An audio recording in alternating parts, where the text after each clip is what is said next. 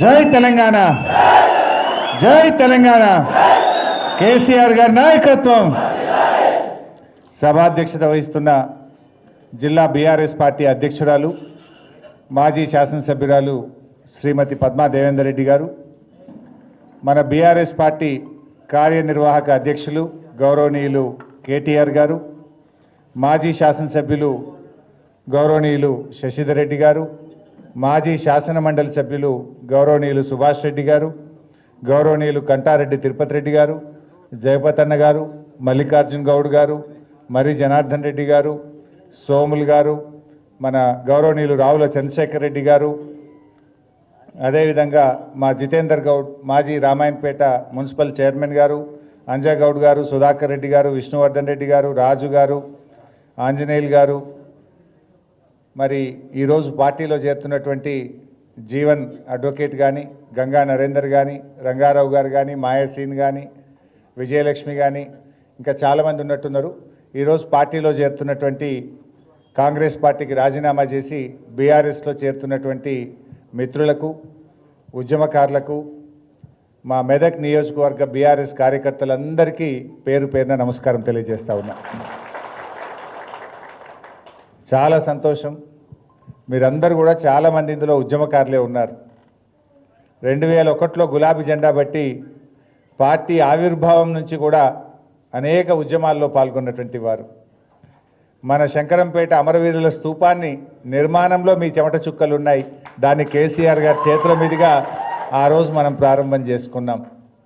ముఖ్యంగా మీరు రావడం ఎంత సంతోషంగా ఉందో, మన పార్టీలో ఉన్నటువంటి నాయకులు మిమ్మల్ని గౌరవంగా ఆహ్వానించి స్వయంగా వాళ్ళే దగ్గరుండి మిమ్మల్ని తీసుకురావడం నాకు ఇంకా సంతోషంగా ఉంది. ముఖ్యంగా మా రాజు కానీ మీ అందరినీ కూడా నేను మనస్ఫూర్తిగా అభినందిస్తూ ఉన్నా. ఎందుకంటే జనరల్గా ఎవరైనా వస్తామంటే మాకేమైనా ఇబ్బంది అయిద్దేమో అని ఆలోచించే కాలం. లేదన్నా పార్టీ కోసం వాళ్ళని తీసుకుందాం, మేమే దగ్గరుండి తీసుకొని వస్తామని సాదరంగా ఆహ్వానించి వాళ్ళని స్వయంగా తీసుకొచ్చినందుకు మిమ్మల్ని కూడా నేను మనస్ఫూర్తిగా అభినందిస్తూ ఉన్నాను. మిత్రులారా, మెదక్ అంటే కేసీఆర్ గారికి చాలా ఇష్టం. మీకు తెలుసు ఏం జరిగిందో, అసలు మెదక్ రూపురేఖలు ఎలా మారినాయో మీ బీఆర్ఎస్ హయాంలో మీకు తెలుసు. ఎన్నో రోజుల కళ మెదక్ జిల్లా, మెదక్ కిల్లా ఒక జిల్లా కావాలనే కళ ఉండేది చాలా రోజుల నుంచి. ఆ కళను నిజం చేసింది మన కేసీఆర్, మన బీఆర్ఎస్ పార్టీ. ఇందిరాగాంధీ అప్పటి నుంచి ఉండే మెదక్ జిల్లా కావాలి, పేరుకు మెదకు, సంసారం అంతా సంగారెడ్డి, కానీ ఆ జిల్లాను మెదక్కిచ్చింది మన కేసీఆర్.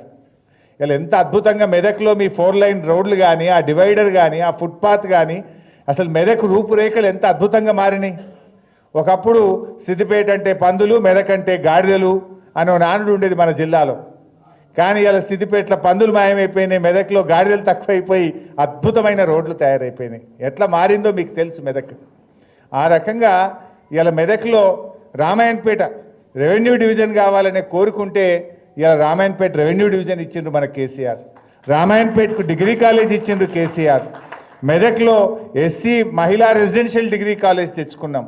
మెదక్లో ఎస్టీ మహిళా రెసిడెన్షియల్ డిగ్రీ కాలేజ్ తెచ్చుకున్నాం.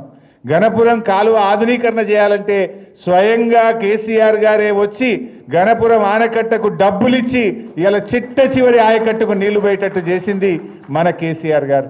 ఇట్లా చెప్పుకుంటూ పోతే ఎంతో అద్భుతమైన కార్యక్రమాలు జరిగినాయి. కానీ ఏదైనా నిజం నిలకడ మీద తెలుస్తుంది అన్నట్టు ఇప్పుడిప్పుడే ప్రజలకు అర్థమైంది. 20 నెలల కాంగ్రెస్ పాలనలో ఏం జరిగింది తమ్మి? కేసీఆర్ గారు ఇచ్చిన ట్రాక్టర్లలో డీజిల్ పోయాక అవి చెట్టు కింద పెట్టిరు. ఇలా వారంకు 10 రోజులకు కూడా ఊర్లలో ట్రాక్టర్ నడుస్తుందా? బంద్ అయిపోయినాయి చాలా ఊర్లలో. చెత్త సేకరణ బంద్ అయింది. ఏ ఊర్లన్నా పోయి చూడండి, 150 బుగ్గలుంటే 60 కాలిపోయినాయి, సగం కాలిపోయినాయి. బుగ్గలేసేటోడు దిక్కులేడు, బుగ్గలేసే పరిస్థితి లేదు, పైప్ బలుగుతే అతికేటోడు లేడు, ట్రాక్టర్లో డీజిల్ పోసి చెత్తేరే పరిస్థితి కూడా లేనటువంటి పరిస్థితి ఏర్పడ్డది. అసలు ఎక్కడ కూడా మొత్తం కూడా పరిపాలన కుంటుపడిపోయింది. ఇలా ప్రజలు చాలా ఇబ్బందుల్లో ఉన్నారు. ఇలా వ్యాపారాలన్నీ తగ్గిపోయినటువంటి పరిస్థితి ఉన్నది. సో ఇవన్నీ కూడా మీకు కూడా అర్థమైన, నేను ఎక్కువ డీటెయిల్స్కి పోను. ఇవాళ కోట్లకు రైతు బంద్ వేస్తుండ్రు, అప్పుడు పార్లమెంట్ ముంగటేసిండ్రు, ఇప్పుడు పంచాయతీ ఎలక్షన్లు వచ్చినాయని రైతు బంద్ వేస్తున్నారు. అడిమిట్లో 2 ఎగ్గొట్టిండ్రు. కేసీఆర్ ఏమో కరోనా ఉన్నా కష్టం ఉన్నా ఎమ్మెల్యేలకు మంత్రుల జీతాలు బంద్ పెట్టిండు, రైతు బంధు మాత్రం సకాలంలో ఇచ్చిండు మన కేసీఆర్.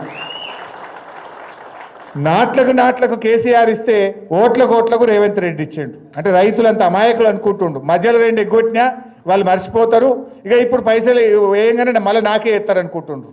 ఆయన ఎంత బాకీపడ్డాడో తెలియదా రైతులకు? యూరియా దొరకలేదు ఇవాళ ఊళ్ళల్లో పోతే, ఎకరానికి ఒక బస్తా ఇస్తామంటుండ్రు, మళ్ళీ చెప్పులు లైన్లో పెట్టే కాలం వచ్చింది. ఇలా అన్ని విషయాలు కూడా మనకు అర్థమవుతా ఉన్నాయి. మీ అందరి చేరికతో నాకైతే సంపూర్ణమైన విశ్వాసం ఉంది, ఖచ్చితంగా మెదక్ జిల్లా పరిషత్ బీఆర్ఎస్ గులాబీ జెండా ఎగిరేస్తుంది. రేపు మెదక్ మున్సిపాలిటీ కూడా ఎప్పుడు ఎన్నికలు పెట్టినా గెలిచేది మన బీఆర్ఎస్ పార్టీ, ఎగిరేది మన గులాబీ జెండా. ఇలా అన్ని విషయాలు కూడా అర్థమైనాయి. పాలేందో నీళ్ళేందో తేలిపోయింది. ఇవాళ రేవంత్ రెడ్డి కూడా నేను ఎక్కడో మాట్లాడుతుండేదో మాట్లాడితే పేపర్లు చదువుతూ ఉంటాయి. కొంతమంది ఉద్యోగస్తులు తల్లిదండ్రులకు అన్నం పెడతలేరు, తల్లిదండ్రుల్ని మంచిగా చూసుకుంటలేరు అని చెప్పి వాళ్ళ జీతాల్లో 10% 15% కట్ చేసే విషయాన్ని పరిశీలించండి అని ఆయన మాట్లాడినట్టుగా పేపర్లు వచ్చింది. సరే, అది మంచిదే. మరి నేను అడుగుతా రేవంత్ రెడ్డి, నువ్వు ఎన్నికల్లో 420 హామీలు ఇచ్చినావు, 6 గ్యారంటీలు అమలు చేస్తా అని చెప్పినావు, మొదటి సంతకం దాని మీదనే పెడతా అని చెప్పినావు, చట్టబద్ధత తెస్తా అని చెప్పినావు, అన్ని మాటలు చెప్పి అధికారంలోకి వచ్చినాక ఇవాళ నీ 420 హామీలు ఎగబెట్టినావు. నువ్వు అడ్డదారులు అధికారంలోకి వచ్చి ప్రజలకిచ్చిన హామీలన్నీ మోసం చేసినావు కదా. మరి నీకు కూడా ఏం కోత పెట్టాలనో గది కూడా చెప్తే మంచిగుంటుంది. నీకు కూడా కోత పెట్టాలనా వద్దా? మొదటి ఏడాదిలో 6 గ్యారెంటీలు అమలు చేస్తాను, 100 రోజుల్లో 6 గ్యారెంటీలు అమలు చేస్తాను. మరి 420 హామీలు ఎగబెట్టి ప్రజలకిచ్చిన హామీలను అమలు చేయనటువంటి రేవంత్ రెడ్డికి కూడా ఏం కోత పెట్టాలనో కూడా అది కూడా నువ్వే చెప్తే మంచిగుంటుంది. ఇలా ఏం మాట్లాడినా అబద్ధాలే. నేను నిన్న ప్రెస్ మీట్ పెట్టి మన మెదక్కు కూడా కాళేశ్వరం నీళ్ళు వస్తాయి, మన చేగుంటకు వస్తాయి, మన రామాయణపేటకు వస్తాయి, మన హవేల్ గన్పూర్కి మన నిజాంపేట మండలానికి వస్తాయి. మనకు కూడా కాళేశ్వరం నీళ్ళతో పంట పండింది, చెరువులు నిండినాయి. ఇవాళ నువ్వు మేడిగడ్డను 20 నెలలైనా రిపేర్ చేస్తలేవు. ఇలా కూలింది 2 పిల్లర్లు మాత్రమే, అవి కుంగినాయి గంతే. కానీ వీళ్ళ మెదడు మొత్తం కూలింది. నేనేం చెప్పినా, మేడిగడ్డ లేకపోయినా గోదావరి నదిలో నీళ్లు నడుస్తున్నాయి, కన్నెపల్లి పంప్ హౌస్లో మోటార్లు ఒత్తుతే మా నిజాంపేట మండలంలో చెరువులు నింపచ్చు, మా చేగుంటలో చెరువులు నింపచ్చు, మా రామాయణపేటకు నీళ్లు తీసుకుపోవచ్చుగా మోటార్లు వస్తావా అని మనం మాట్లాడినాం. మాట్లాడితే ఆయన అంటాడు, హరీష్ రావు అన్ని అబద్ధాలే చెప్తుండు అన్నాడు. ఏది అబద్ధం ఉత్తమ్ కుమార్ రెడ్డి?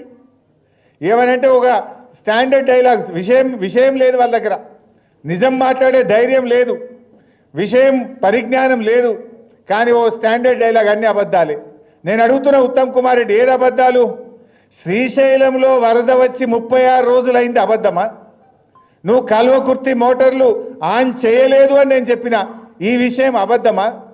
పోయిన సంవత్సరం తెలంగాణకు వాడుకోవాల్సిన నీళ్లు 65 టీఎంసీల నీళ్లను ఆంధ్రాకు చంద్రబాబు నాయుడుకి అప్పచెప్పి తెలంగాణలో పంటలు ఎండబెట్టింది, అబద్ధమా? ఇవాళ ఆంధ్రప్రదేశ్ ప్రభుత్వం అదే శ్రీశైలం నుంచి పోతిరెడ్డిపాడు గేట్లు ఎత్తి వాళ్ళేమో నీళ్లు తీసుకుపోతారు, నువ్వేమో కల్వకుర్తి మోటార్లు ఎత్తి తెలంగాణకు నీళ్లు ఇవ్వలేదని అనే మాట నేను చెప్పిన, ఇది అబద్ధమా? ఇవాళ కన్నెపల్లిలో దాదాపు 1,00,000 క్యూసెక్కుల నీళ్లు గోదావరిలో ప్రవహిస్తున్నాయని చెప్పిన, ఈ విషయం అబద్ధమా? ఏది అబద్ధం? పాలన చేతగాక, మోటార్లు ఎత్తి నీళ్ళు ఇయ్య చేతగాక ఇవాళ అబద్ధము అనే ఒక పిచ్చి మాటలు మాట్లాడుతూ ఉన్నారు. దమ్ముంటే బహిరంగ చర్చకు రా, ఏడ మాట్లాడదామో మాట్లాడదాం. 1,00,000 క్యూసెక్కులు గోదావరిలో వారేది నిజం కాదా? పోతిరెడ్డిపాడు గేట్లెత్తి ఆంధ్రోడు నీళ్లు తీసుకుపోయే